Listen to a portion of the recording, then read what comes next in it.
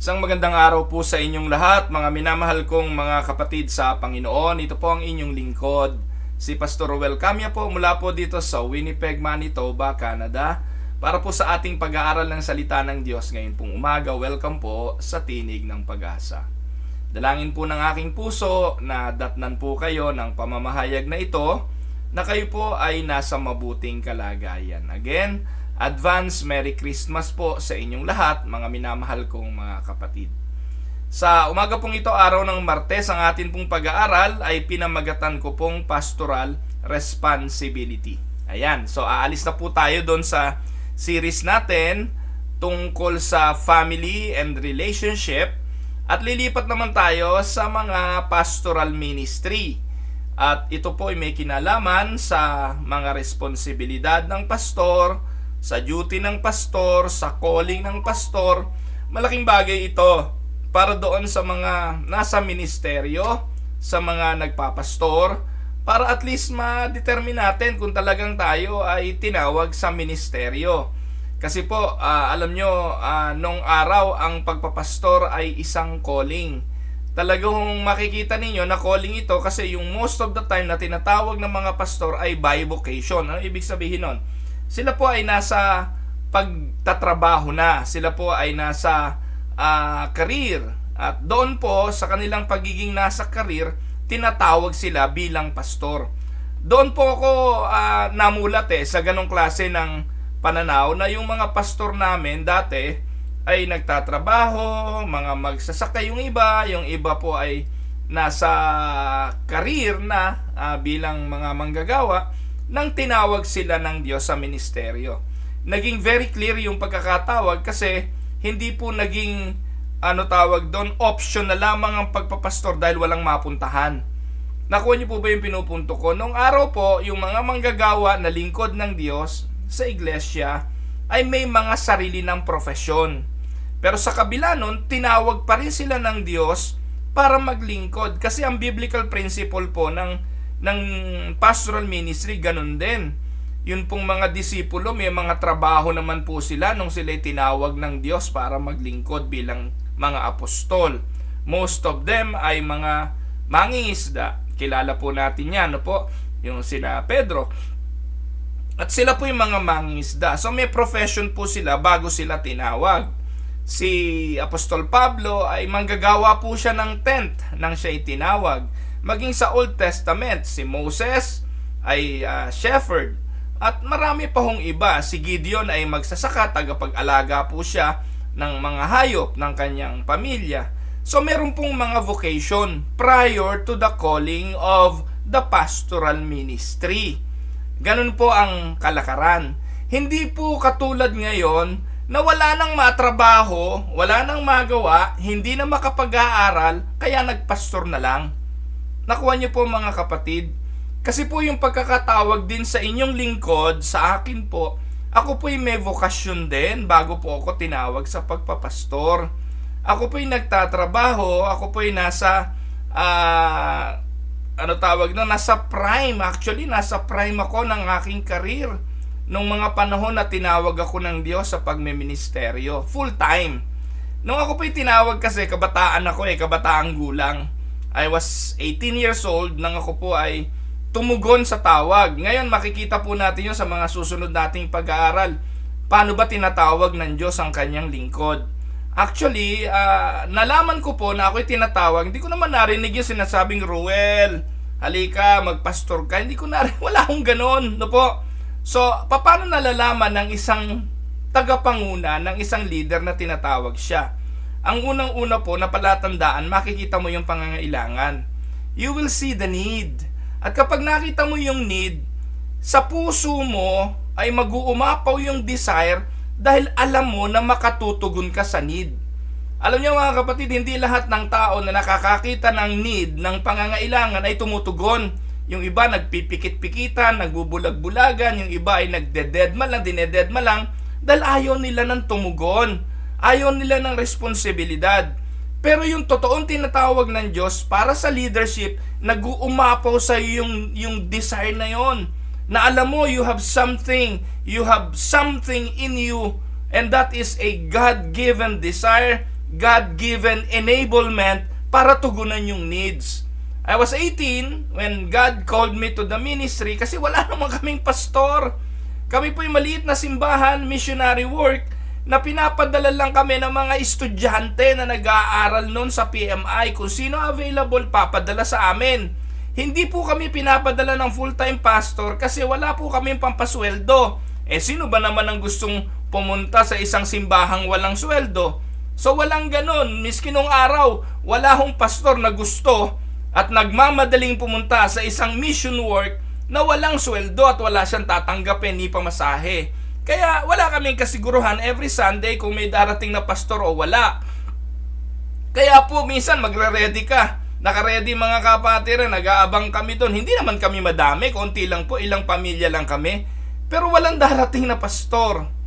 Mangyayari na lamang po na magko-closing prayer kami, aawit kami ng hymno and that's it. Tawag namin doon, pananambahan na, pero walang preaching of the word. Kaya po dumating kami doon sa pagkakataon na every Sunday, ginagawa ko yung nagpe-prepare ako kahit na papano lang. Wala masyadong training, wala masyadong know-how, isang typical na kabataan sa simbahan. Pero that burning desire in my heart was so intense, gusto kong tugunan yung pangangailangan na yun. Kaya po at an early stage of my life, inilagay po ako ron ng Diyos sa gawain yon kasi bata pa ho ako, nilagyan na ako ng Diyos ng desire sa kanyang mga salita.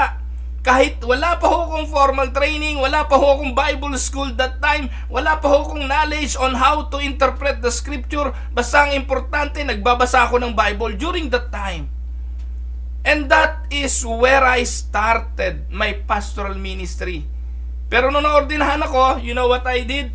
Sasabihin ko po sa inyo, sinasabi ko po na 40 years in the ministry, 40 years po since I started, pero hindi naman po nagtuloy-tuloy yon because I also escaped from the call like Jonah. Noon pong lumaon, alam ko po tutugol lang ako pansamantala sa need. Nung nabigyan na kami ng pastor at medyo nakakapagpasweldo na po kami, naglagay na ng full-time pastor, umalis na po ako sa ministeryo. I decided to pursue my career.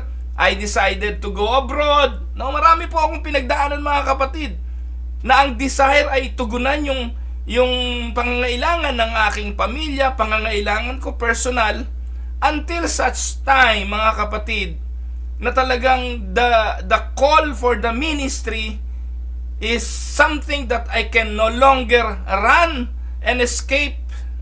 Kaya I decided to go on full time. At nung nag full time po ako sa ministry mga kapatid, maniwala man kayo o hindi, sumasahod po ako sa kumpanya ng sapat para buhayin ang aking pamilya. Medical representative po ako noong mga panahon na yon. Alam ng misis ko yan, 3 po ang aming card. Ang aming bank card ay 3. Meron pong para sa sweldo, meron pong sa representation allowance, at meron pong para sa komisyon. 3 ang aming card. Iba-iba po ang pinanggagalingan nun bago ako tumugon sa ministeryo ng pagpapastor. So hindi po kawalan na lang ng mapupuntahan kaya ako nagpastor. Hindi po dahil wala na akong ibang option, hindi po dahil wala akong career, at hindi po dahil wala akong ipapakain sa pamilya ko kaya nagpastor na lang ako. So ganun po ang alam kong pagkakatawag ng Diyos. Most of the people in the Old and the New Testament were called by God na merong career at merong professions. Ngayon mga kapatid, hindi. Pag wala ka nang mapupuntahan, hindi ka na makapag-aaral dahil wala ka nang pampaaral, mag-Bible school ka na lang. At ganun po ang nangyayari sa maraming mga pastor na sinasabing nasa ministeryo. Kalaunan, nung nakapag-aral na sa Bible school, gagamiting stepping stone ng Bible school para i-pursue yung kanilang karir at yung kanilang paglilingkod na sinasabi nagiging secondary. I have seen a lot of people na ganun. Mas aktibo sa pagiging teacher. Ginamit ang Bible school para maging teacher. Ngayon, 100% nasa teaching, let's say 20% sa ministry. Masakit na katotohanan ito. Pero ito ang totoo sa maraming mga pastor. Ang tanong, bakit yung iba ng mga pastor na gawang mag full time, na gawang ibuhos yung kanilang lahat ng panahon nang may pagtitiwala na ang Diyos na tumawag ay hindi magpapabaya at tutugon sa pangangailangan ng tinawag na pastor. Ito po mga kapatid ang realidad. Ngayon, 2.5 ang pastor. Nahihiya na po akong magpakilalang pastor dahil ngayon ang akala nung mga tao pare-pareho ang pastor. Nakatingin na lang sa pera, nakatingin sa hanap buhay, at ito ang kanilang bread and butter. Ano po? Nung araw, ang tawag po sa pagpapastor, the highest profession. Kabilang ito sa pagiging guro, kabilang ito sa pagiging abogado, kabilang ito sa pagiging doktor. Ngayon, laughing stock ang mga pastor. Pag sinabing pastor, corrupt yan. Katulad yan ni Benny Abante. Pastor-pastoran. Ano tawag kay Benny Abante ngayon sa Kongreso? Ano po? Ano tawag sa kanya? Ano po? Nakakapangilabot. Bishop yun. Ano po? Kaya yung title kong bishop, hiyang-hiya rin ako kasi yung mga bishop na nakikilala sa Pilipinas, mga corrupt Kundi bishop ng Roman Catholic, bishop nung mga... Meron nga ako kilalang bishop Bishop ano po? Ewan ko. Lahat na ng klaseng pagkakakitaan, pinasok No, bishop na, district superintendent, pastor pa, administrative pa ng school. Lahat na ho ng klase para sa pera at sa sariling pakinabang kinuha, hindi na nahihiya. Marami hong ganon. Kaya sa oras na ito mga kapatid, kayo na nakikinig sa akin, magsuri po kayo.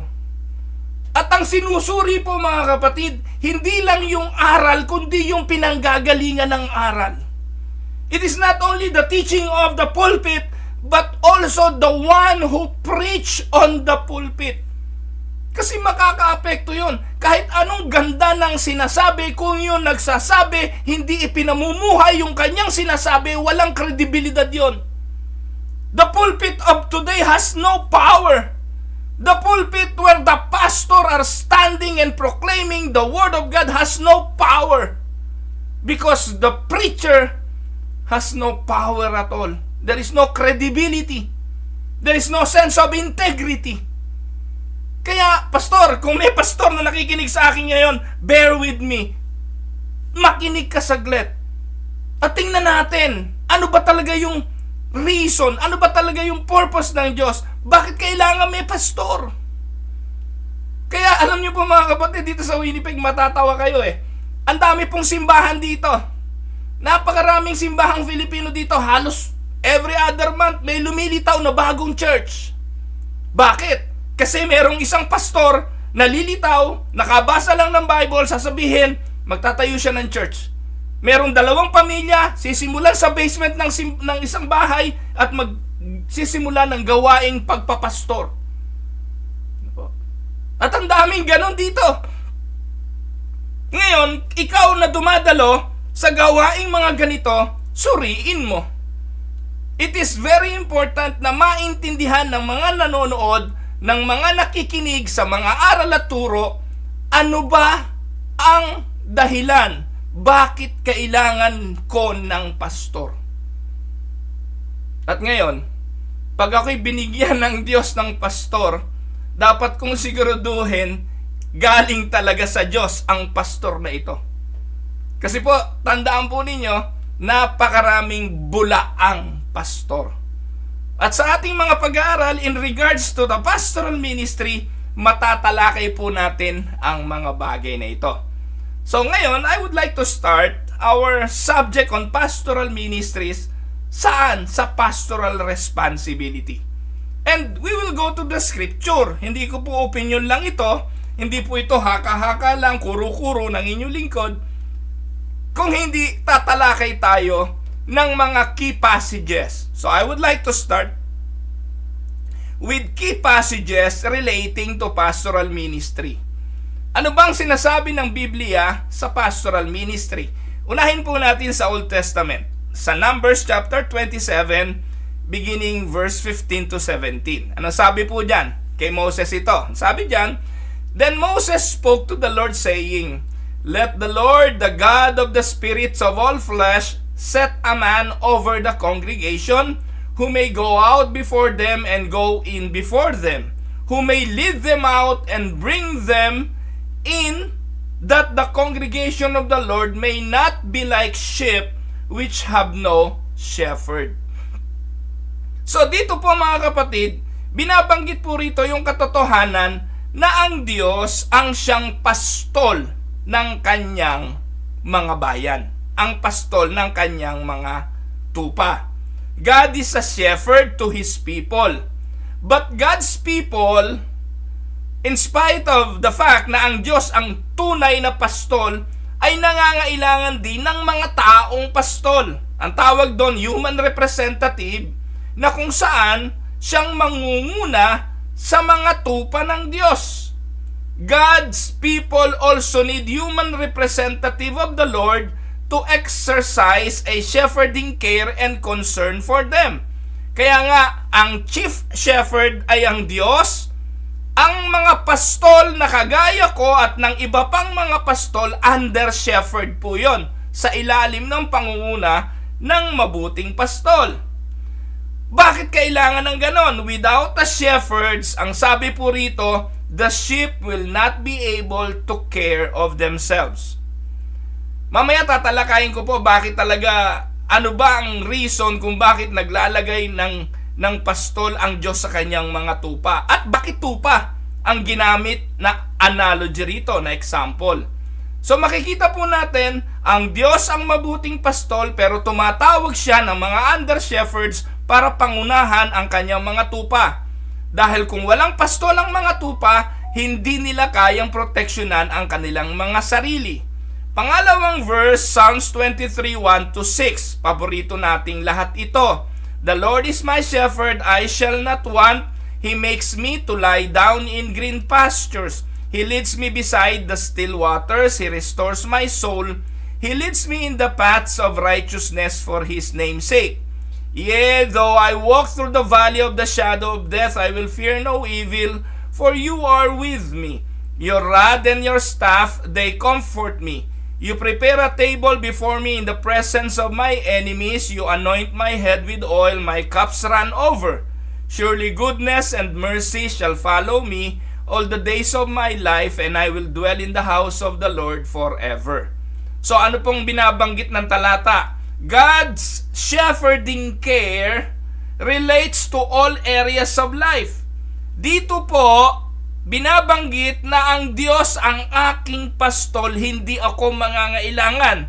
So ang Diyos bilang pastol, tumutugon not only in the spiritual aspect of the life of the sheep, kung hindi in all aspect, I shall not want. Nakuha niyo po? When sheep are truly cared for, they will not lack anything. Na po? They will not need anything because the shepherd will provide that to them. Yun po ang Diyos. At ang Diyos bilang Diyos, pipili siya ng mga under shepherd na magde-disseminate ng mga bagay na gusto niyang mangyari sa kanyang mga tupa. At ito ay sa pamamagitan ng kanyang mga pastor. Kaya kung sa Psalms 23 inilalarawan ng Diyos bilang mabuting pastol, ito rin po ang katangian ng mga mabubuting pastol sa panahon natin na tatawagin ng Diyos. Dadali ng tupa sa mabuting pastulan, paiinumin sa malinis na tubig, ire-restore ang kanilang mga broken soul, ililid sila sa path ng righteousness, at hindi matatakot na lumakad sa bangin ng kamatayan kasama ang kanyang mga tupa dahil siya ang dapat nangunguna rito. Hindi dapat matakot sa kasamaan. May kahandaang pamalo, may kahandaang tungkod, equipped bilang isang pastol upang dalhin ang kanyang mga tupa sa bahay ng Panginoon. That is the work of a shepherd.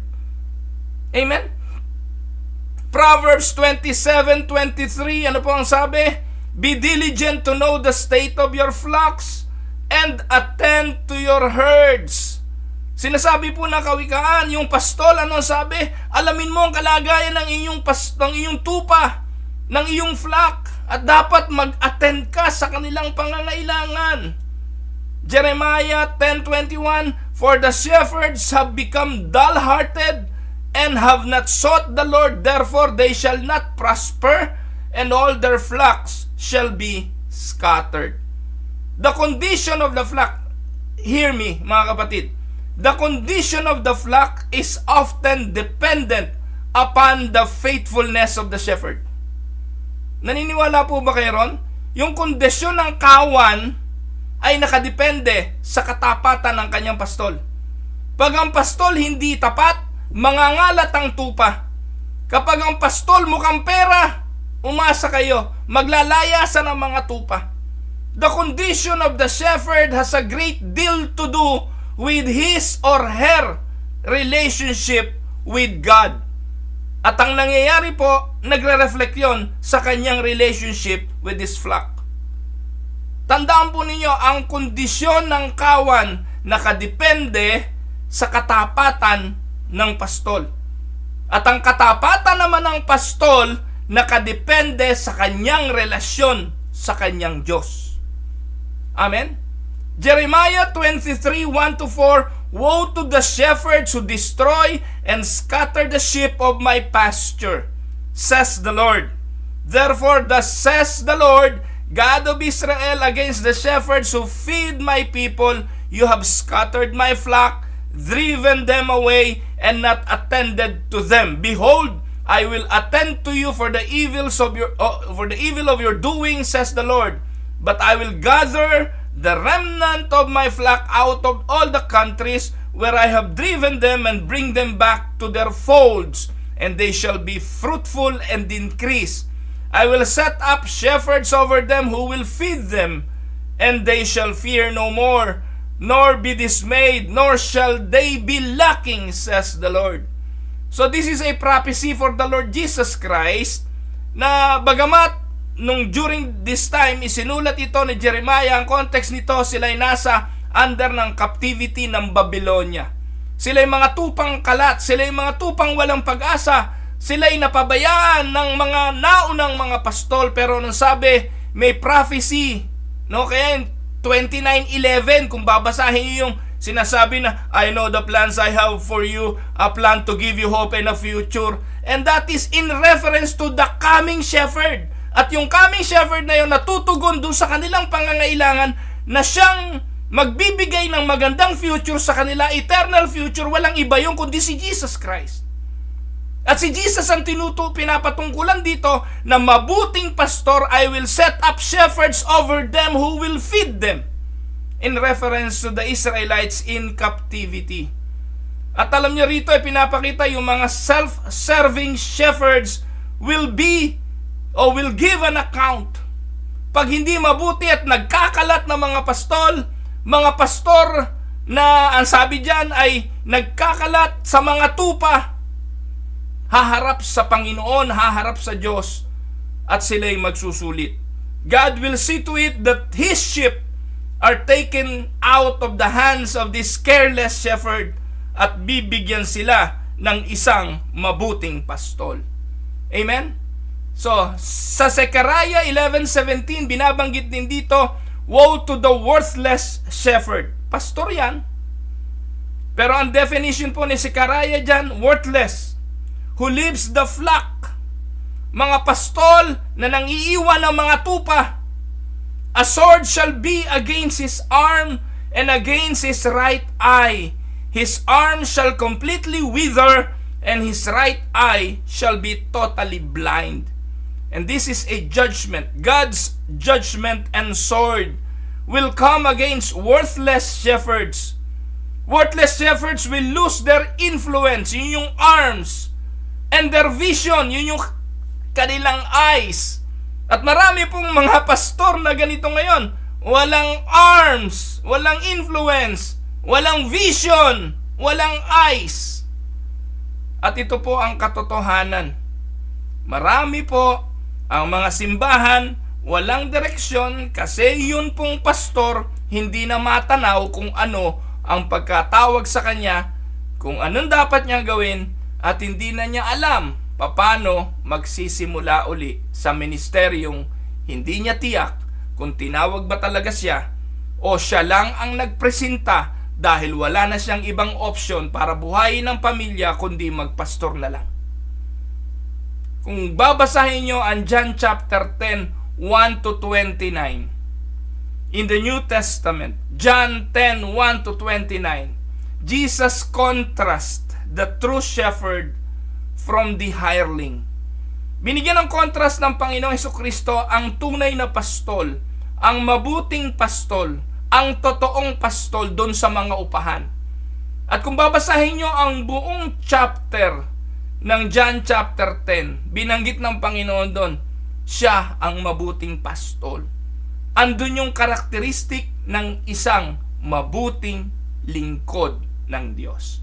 Now, bakit kailangan talaga ng true shepherds or pastoral ministry? Narito po ang reason. The need for true shepherds or pastoral ministry. Bakit kailangan? Kasi ang mga anak ng Diyos ay ikinumpara sa mga tupa. Numbers 27, 1 Kings 22, 2 Chronicle 18, Zechariah 10, Matthew 9, John 10. Kinukumpara dyan ang mga anak ng Diyos bilang mga tupa. And when God chose to compare His people to an animal, God chose a sheep. God's people is likened to a sheep. Why? This is on one hand very unflattering, and on the other hand quite flattering. Bakit? Yung maikumpara ka sa tupa, flattering di ba? Bakit? Pero at the same time, unflattering yan. This image tree kasi, itong image na ito ng sheep, may dalawang aspeto tayong dapat makita rito. On one hand, it is negative because the sheep are very needy.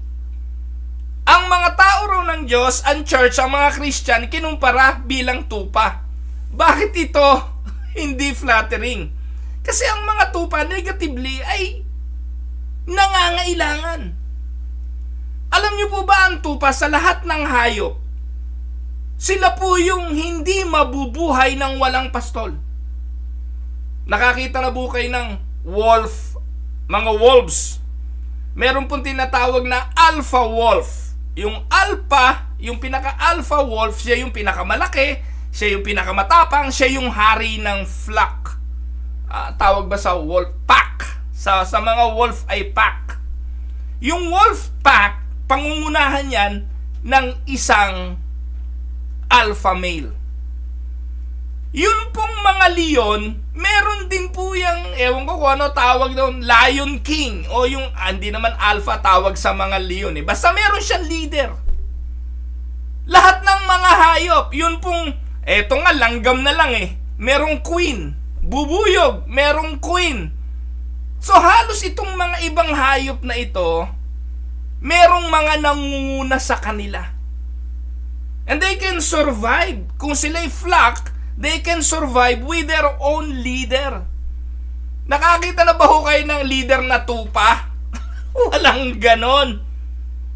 Sapagkat ang mga tupa, wala silang abilidad na ganon. Sheep are specially needy because they have no ability to find food on their own. Sa Numbers chapter 27, verse 16 to 17, basahin nyo yan. Sheep are not like other foraging animals that will send out somebody to scout, to lead the herd to food. Yung bubuyog, yun daw, pinaka-organize po yan Meron silang mga foragers. Sila po yung lumalabas, naghahanap ng mga pagkain, ibabalik sa colony. Pero yung mga leon, naghahanap po yan. Pag nag-hunt, nakakuha, yung lahat ng kanilang mga kasamang leon, kakain sabay-sabay. Pero sa mga tupa, they will die in a pasture that has been grazed out with fresh pasture right over the next hill. Yung mga tupa po, nasa kabilang pampang na lang yung mabuting pastulan, mamamatay pa dito sa lugar na ito dahil wala silang kapasidad na makitang may kainan sa kabilang ibayo. Kailangan silang dalahin doon. Sheep must be led to their food in order to survive. Kaya ganun po mga kapatid ang trabaho ng pastol. Magdadala sa mga tupa kung saan kakain. Ganun-ganon ang mga Kristiyano. Alam na kung saan may pagkain ng salita ng Diyos. Alam na kung ano ang pagkain. Kung hindi mo pa ipagsulsulan sa kanila, kung hindi mo pa ipagduldulan, hindi nila kakainin. At kamamatayan nila ang ganon spiritually kung hindi ipagpipilitan ng pastol. Naobserbahan niyo po yan pag linggo? Pag linggo inihimay na nga sa inyo parang isang magulang sa kanyang mga batang anak na ipaghihimay mo pa ng pagkain linggo-linggo para lang kainin. Iiwas mo doon sa mga tinik, ibibigay mo yung mga laman. Ganun ang trabaho ng pastol kasi sa kanyang sarili ang mga tupa, hindi yan kakain. Hello? When was the last time you opened the Bible? When was the last time you searched for food? When was the last time you savor the taste of the scripture of the Word of God as sweet as honey? Wala. Hindi yun prioridad. Ang tupa, lakad lang ng lakad on their own and without the guidance of a good shepherd, maliligaw, magugutom because they have no ability to find food on their own. Tama? Pangalawa, sheep has no instinct to return home. Sa Ezekiel 34:6-8, sheep have never been known to be able to find their way home if they are lost. Yung pusa, inililigaw mo na nakakauwi pa. Oh, meron daw isang tao nagligaw ng kanyang pusa Umaga umalis. Aba, gabi na, di pa nauwi. Sabi nung asawa, saan kaya napunta yung asawa ko? Iniligaw lang naman yung pusa.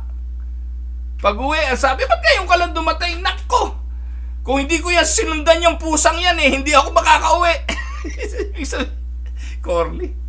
So, ibig sabihin, talagang may mga hayop na iniligaw mo na nakakabalik pa. Yung kalapate, di ba? Kaya nga, pangkarera, kalapate Kasi nakakauwi yan. Pero ang tupa, sa kabilang ibayo mo lang iligaw, di na yan makakauwi. Dogs and other animals can often do this. However, the nature of sheep is to make all of the wrong choices when it comes to guidance. They need someone to lead them back to the safety of the fold. Kaya no instinct to return home. And letter C, no natural defense system. No? Wala silang kuko. Ang aso, may pangil, may kuko. Ang agila, may tuka, may kuko. Merong sharp teeth ang mga leon. May powerful jaws ang mga aso. May incredible speed yung ibang mga hayop. At yung iba, katulad ng elepante at mga gorilla, they have their own great strength. These are some of nature's means of defense for many animals. But for the sheep, no natural defense system. Their only real defense is their ability to flock together. As they stick together under the leadership of the shepherd, they are less vulnerable to an attack from a wild animal. Amen? Kaya kung ikay tupa, huwag mong intrising umalis sa kawan. Huwag mong nasaing umalis sa proteksyon ng pastol. Siguradong ikaw ay mapapahamak. Amen? Kaya yung pastor mo, kahit minsan may mga kahinaan, kahit yung pastor mo minsan ay may pagkukulang, no? Kung sa pakiramdam mo, binebenga ka ng pastor mo, hindi naman pala, pakiramdam mo lang yun, no? Huwag ka aalis dyan. Kasi tingnan mo yung mga bagay na pwede kang lumago sa proteksyon ng pastor mo. Ano gusto mong pastor? Yung aayunan ka na lang sa kamalian mo? Ano gusto mong pastor? Kukonsintihin ka sa lahat ng mga ginagawa mong hindi matuwid? Hindi pastol ang mga bagay na yon. Hindi magiging protection mo ang mga bagay na yon kung kinukonsinti ka ng sarili mong pastol. Pag may pastor na sinasaway ka dahil mali ka, pasalamatan mo. Dahil walang gagawa sa iyo nun kung hindi nagmamalasakit sa iyo. No? Kung nabebenga ka, sabi mo, tanggapin mo yon bilang pagmamahal. Dahil kung hindi, at hinahayaan ka, hindi ka pinapakialaman, kawawan tupa ka. Ano po? Minsan mga kapatid, hindi mo na malaman kung paano mo tutugunan talaga Paano tutugunan ng pastor yung kanyang mga tupa sa katigasan ng mga ulo Hindi naiisip ng mga tupa na kung wala silang pastol, mapapahamak sila. Pero on the negative side, ang sheep ay needy. Kaya kailangan niya ng pastol. Kaya kung may pastol ka ngayon kapatid na matino naman, maayos naman, matapang at naninindigan sa katotohanan, tinuturuan ka ng matuwid na pamumuhay, pasalamatan mo naman. Tapikin mo naman ang balikat ng pastor mo. Baka pagod na rin yan, kahahabol at kasusunod sa'yo, kaaalaga sa'yo. Hindi naman po Pastor's Appreciation Month ngayon, pero magunitan nyo rin ang mga pagpapagal ng inyong pastol. At ikaw, kung kabilang ka doon sa mga nagpe-prepare ng sweldo ng pastor, kayo nagtatadhana ng sweldo ng pastor, kabilang kayo sa finance committee na nagtatakda kung magkano susweldohin ng pastor, gusto kong sabihin sa inyo, hindi nyo pera yan, hindi kayo nagpapasweldo sa pastor nyo. Galing yan sa Diyos, katiwala lang kayo. At maging mabuti kayong katiwala, paano nyo pasusweldohin si pastor, paano nyo aalagaan yung kanyang buhay, ang kanyang pamilya, para maalagaan din kayo ng matino.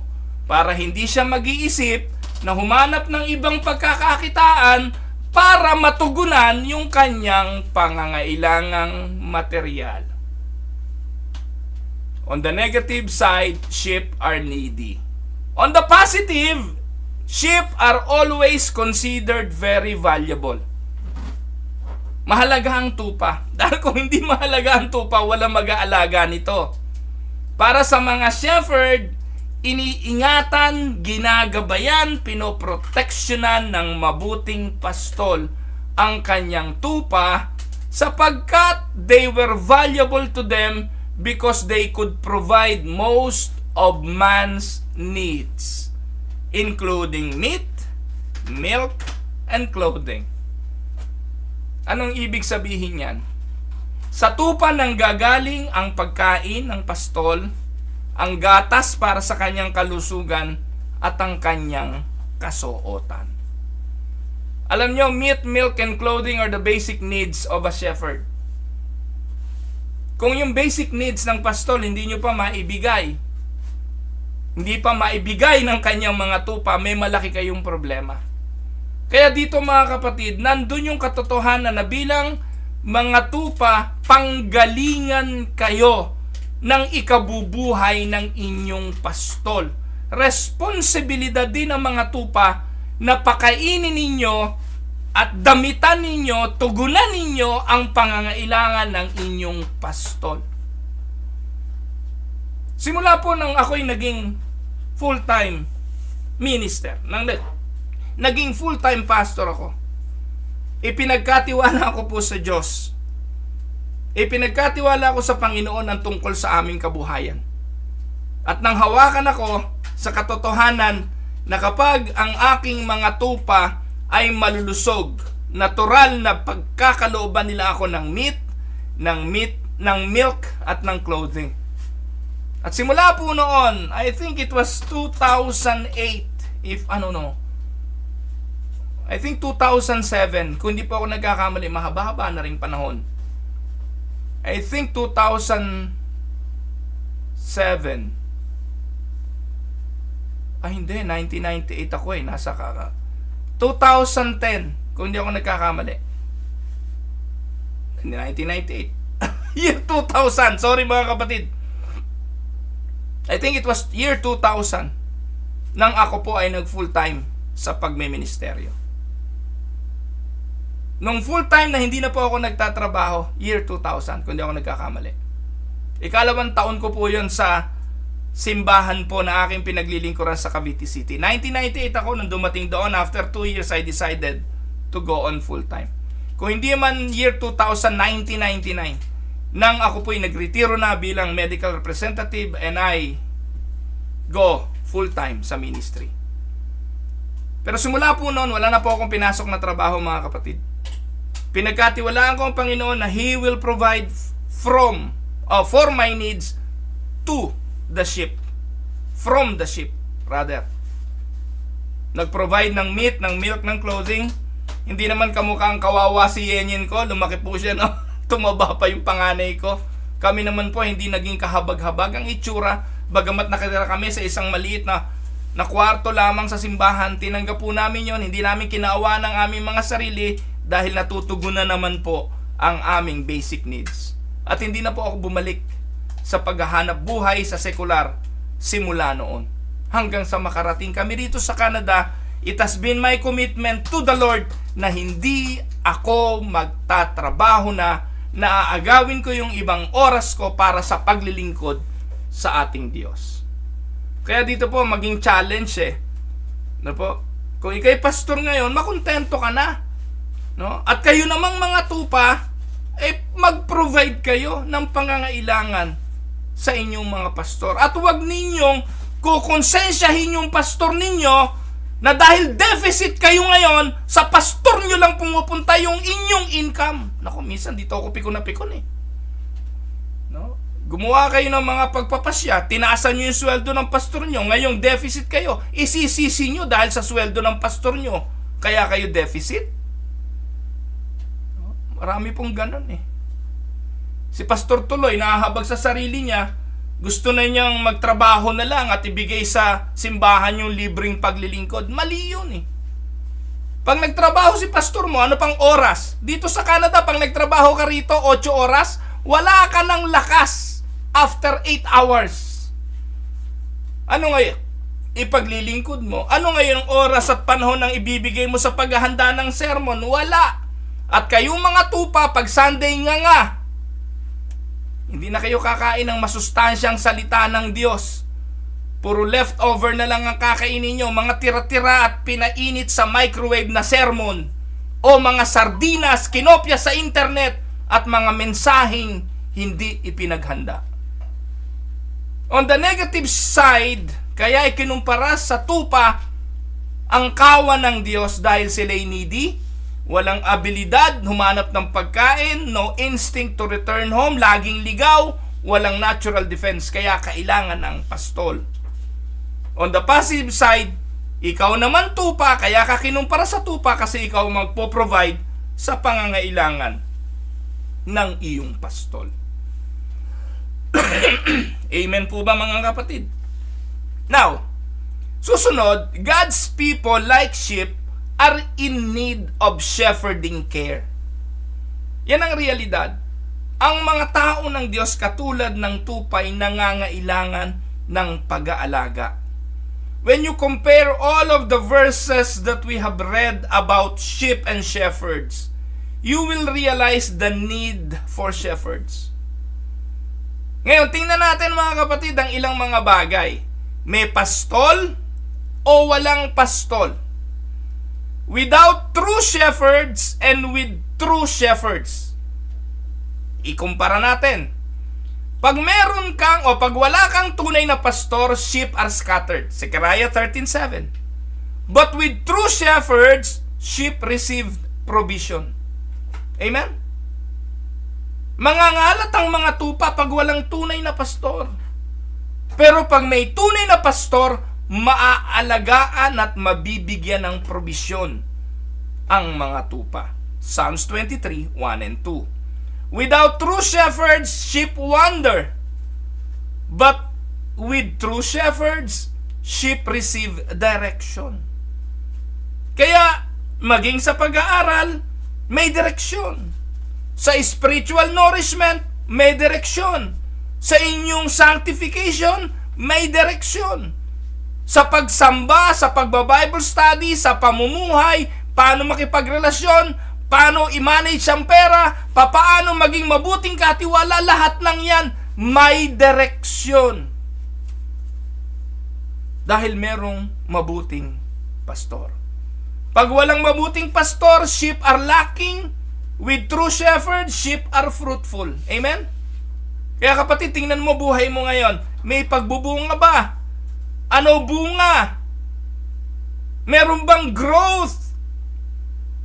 Pag meron, pasalamatan mo naman si pastor.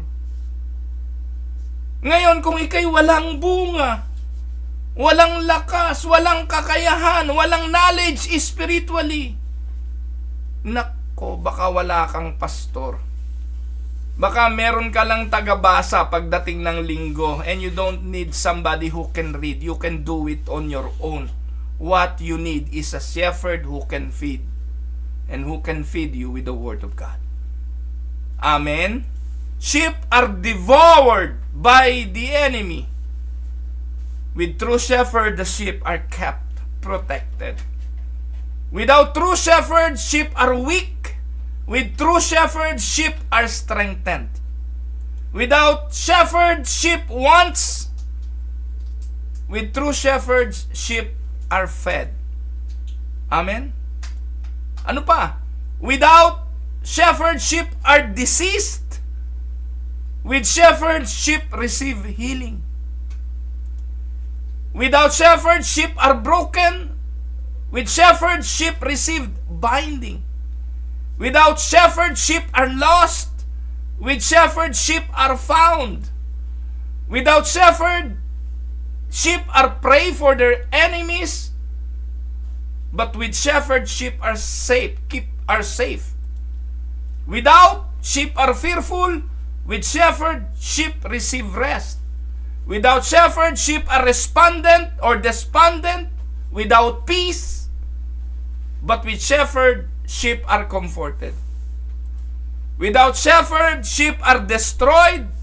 With shepherd, sheep are restored. Without, sheep are divided. With, sheep are visited.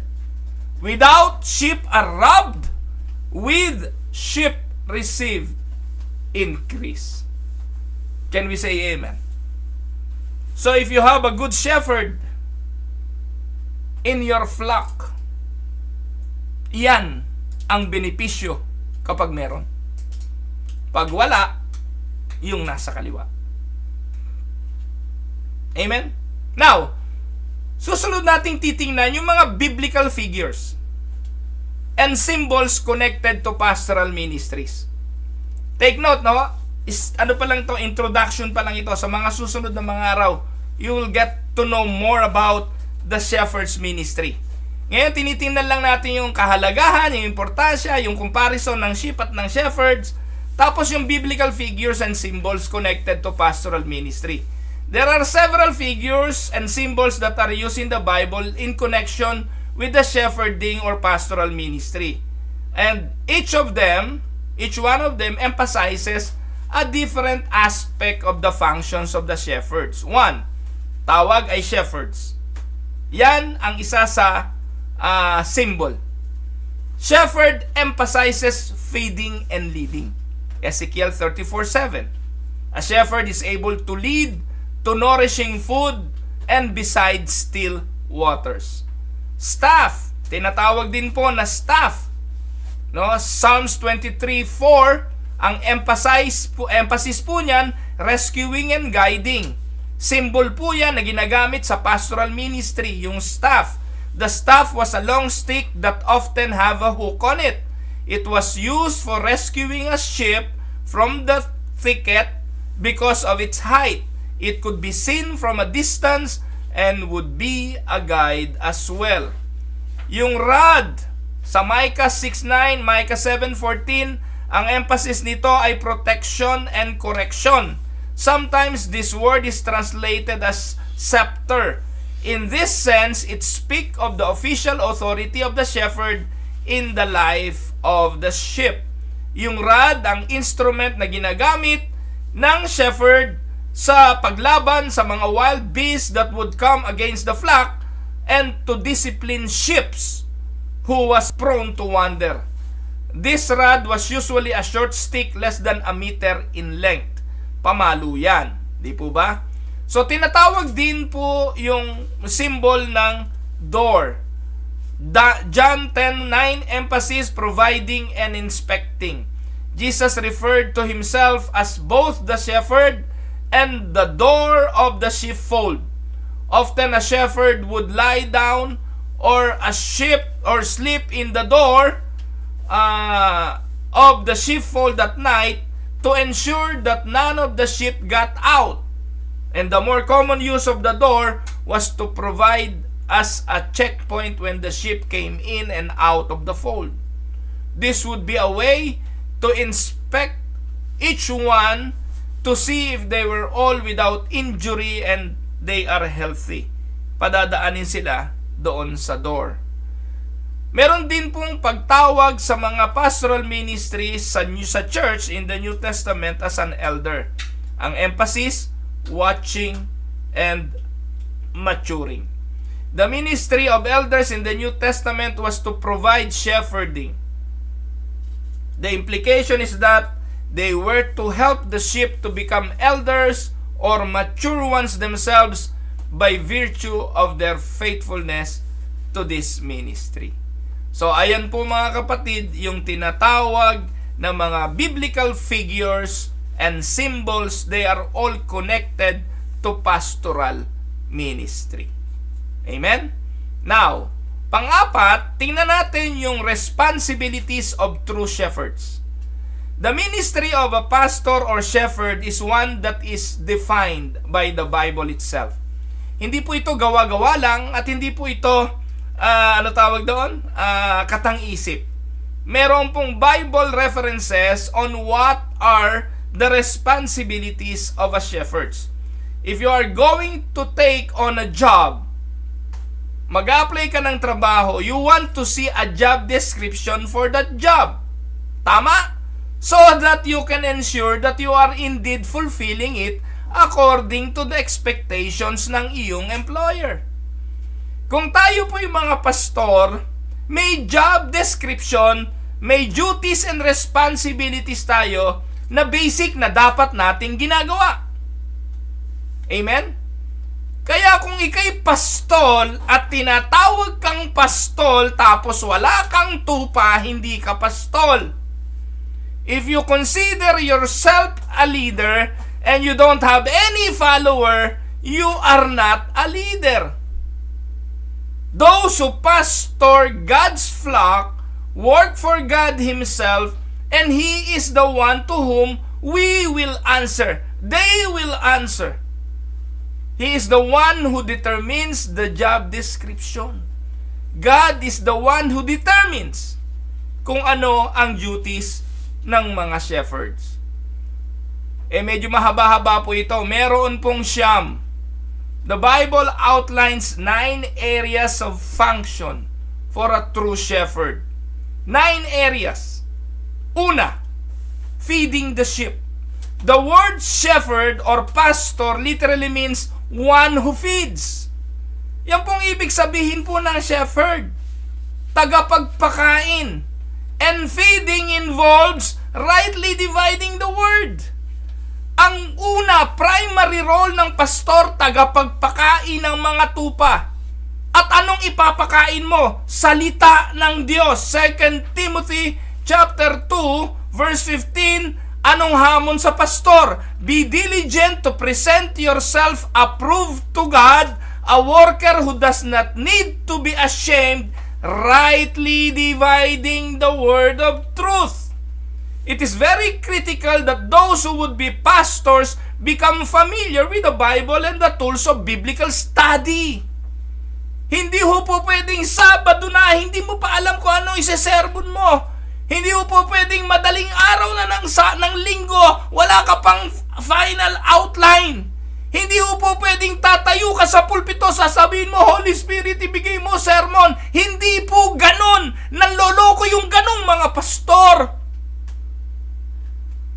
Mga kapatid, the Word of God is food, not the word of the pastor. Meron po akong aso. Sinisiguro ko yung aking asong si King, pinapakain ko. Nakaredy po yung dog food niya. Meron siyang sariling inuman. Ang mabuting tagapag-alaga ng aso, ginagampanan yun. Tapos yung pastor na tagapag-alaga ng kaluluwa, hindi magawang mapakain ng masustansya ang kanyang mga tupa. Mga kapatid. Tapos pasusweldohin nyo. Tapos ang laki ng sweldo. Basura lang ipapakain sa inyo pag linggo. Kaya ikaw, pastor, ang unang duty mo, magpakain ng salita ng Diyos. Be diligent to present yourself approved. Mensahero ka eh. Tapos pag linggo, tatayo ka ron. Wala kang inihanda. The more we preach God's word, the way He meant it, the way God meant it, the more sustenance and spiritual nourishment our preaching contains. Alam niyo naman mga kapatid, kung puro kwento lang yung ginagawa ng pastor ninyo eh. Iraraos lang yung 30 minutes, hirap na hirap siyang paikot-ikutin para pahabain. Dadagdagan ng mga kwento para humaba ang sermon. Baliktad yan sa tunay na preacher. Yung tunay na preacher, hindi niya malaman paano niya paiiksiin. Sa dami at punong-puno ng sustansya, hindi niya malaman paano ko ba ito mapapakunti.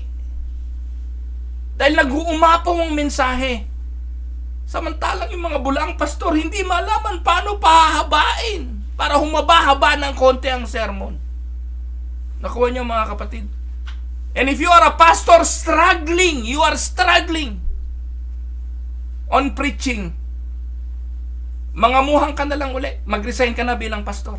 Ipapahamak mo lang ang simbahan. Proper feeding involves balanced diet. Ano ibig sabihin nito? Balance dapat ang pagpapakain. Dapat alam to ng pastor.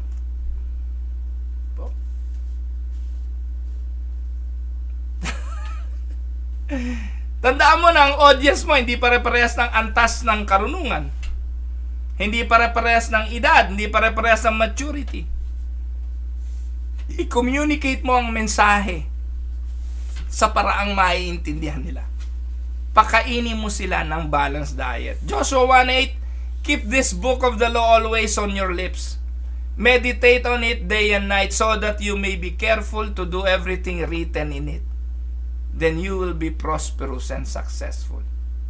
Amen? We need balance of meat, fruit, vegetable sa ating diet, sa pagkain. In the spiritual realm, it is the same. The feeding of the pastor need to be balance of what? Balance of mercy and balance of the law of grace. Tandaan po ninyo, pag nag-preach ka ng love, samahan mo rin to ng judgment. Dapat balance yun eh. Maraming pulpito ngayon, wala nang preaching, kundi love, love, love, love. Tolerance, tolerance, tolerance. Mahal ka ng Diyos. Sabihin, mahal ka ng Diyos in spite of. Hindi ko ganon. Mahal ka ng Diyos, pero paparusahan ka ng Diyos sa iyong kamalian. Kasabay ng pagtuturo ng pag-ibig at ng habag ng Diyos, yung kanyang judgment at hated sa evil at sa sin. Dapat balance. Amen? Ano pa? Proper feeding will bring authority and cause gathering. Ezekiel 34:13, and I will bring them out of the people and gather them before the countries and will bring them to their own hand, in their own land. I will feed them on the mountains of Israel, in the valleys, and in all the inhabited places of the country. Tandaan po ninyo, hungry people are drawn to good food. Amen? Yung taong gutom, naghahanap ng masarap na pagkain. Good food causes a gathering. Lahat ng gathering, madalas masarap kung merong kainan. So, pastors must be good feeders if they are going to be good gatherers. Alam niyo mga kapatid, kaibigang pastor, bakit yung mga miyembro naglalayasan? No? And I'm talking believers. Yung believers, yung mananampalataya. Bakit minsan umaalis, sumahanap ng ibang church? Kasi hindi ka maintindihan. Yung mga sinasabi mo, hindi nauunawaan.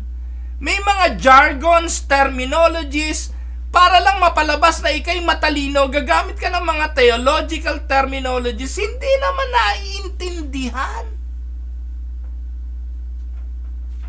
Nakuha niyo po mga kapatid? Pwede namang hindi gamitin. Katikisim. Ano ba yung katikismo? Bagamat para sa iba, naiintindihan yon sa bago lang nakapunta sa church at doon lang bago nananampalataya, di nila alam yon. Kaya magsalita ka ng salitang maiintindihan. May mga pastor pa mahilig magkwento nang sila lang nakakaintindi ng kanilang ikinukwento.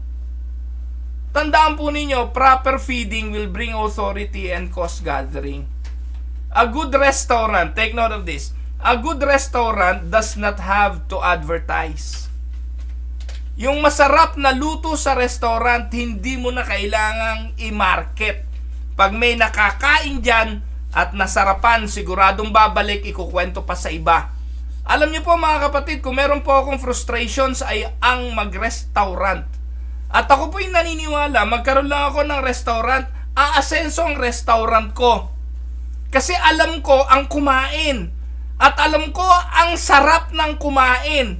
Hindi ako pwedeng maghain, magbigay ng menu, at magpakain ng hindi masarap dahil alam kong di na yun babalik. Pero pag nakakain siya ng masarap, ikukwento niya pa sa iba. Kaya po ito sinasabi ko sa inyo Kung kayo na araw-araw nakikinabang sa tinig ng pag-asa, kumakain ng salita rito, hindi na po ako paulit-ulit sabi, i-share nyo. Mapapagod lang ako. Dahil ako'y naniniwala mga kapatid, pag nakinabang ka sa aral na ito, na bless ka rito, isi-share mo ito, ikukwento mo pa sa iba. At marami sa inyo ginawa na yon. Si kapatid na Joms Labungray, lahat ng kamag-anak niya, pinapadala niya ng teaching ng tinig ng pag-asa. Si Kuya Alvin Darapisa, kahapon, isinyer na yung ating lesson about, ano ba yung lesson natin kahapon? Nakikita ko po kung sino nagsishare. Nano-notify po sa akin. So, isa lang ibig sabihin nun, kapag nabusog ka, kukwento mo, ay, nabusog, saan kumain dun? At yung pastor, trabaho niya yon, magpakain. Proper feeding will bring authority and cause gathering. Amen? Tandaan po ninyo mga kapatid, sheep that are hungry are restless. Pang-apat, proper feeding will bring rest to the flock. Yun pong tupang busog will lie down. Ano po? Sabi ng Ezekiel 34:14, sabi po dyan, I will feed them in good pasture, and their fold shall be on high mountains of Israel, and there they shall lie down in a good fold, and feed in rich pastures on the mountains of Israel. I will feed my flock, and I will make them lie down, says the Lord God. Nakita niyo po ba yung mga kapatid? Yung tupang gutom, hindi mo mapapahiga. Sheep that are hungry are restless. Sheep that are not satisfied do not lie down. The good shepherd makes us lie down by providing good food. Kaya yung mga tupang hindi mapakali, hindi na kontento, hahanap ng iba. Hindi na busog, hahanap ng iba. Pero kung busog ka sa salita ng Diyos, hindi mo na pakikinggan yung iba. Alam mo na, nako, mapapakinggan ko pa dyan. Busog na ako dito, okay na ako dito. Nakuha niyo po mga kapatid. Kaya pag ang mga pastor at ang inyong mga tupa nanginginain sa iba, isa lang ibig sabihin yan, gutom yan, pastor. Busugin mo, hindi yan. Lalayas, hihigayan, at mananatili yan sa iyong pastulan. Palima, proper feeding will produce healthy, productive sheep. Jeremiah 23:3-4, but I will gather the remnant of my flock out of all countries where I have driven them and bring them back to their folds, and they shall be fruitful and increase. I will set up shepherds over them who will feed them, and they shall fear no more, nor be dismayed, nor they be lacking, says the Lord. Healthy sheep will be fruitful and increase. And number 6, proper feeding is dependent upon the pastor being fed.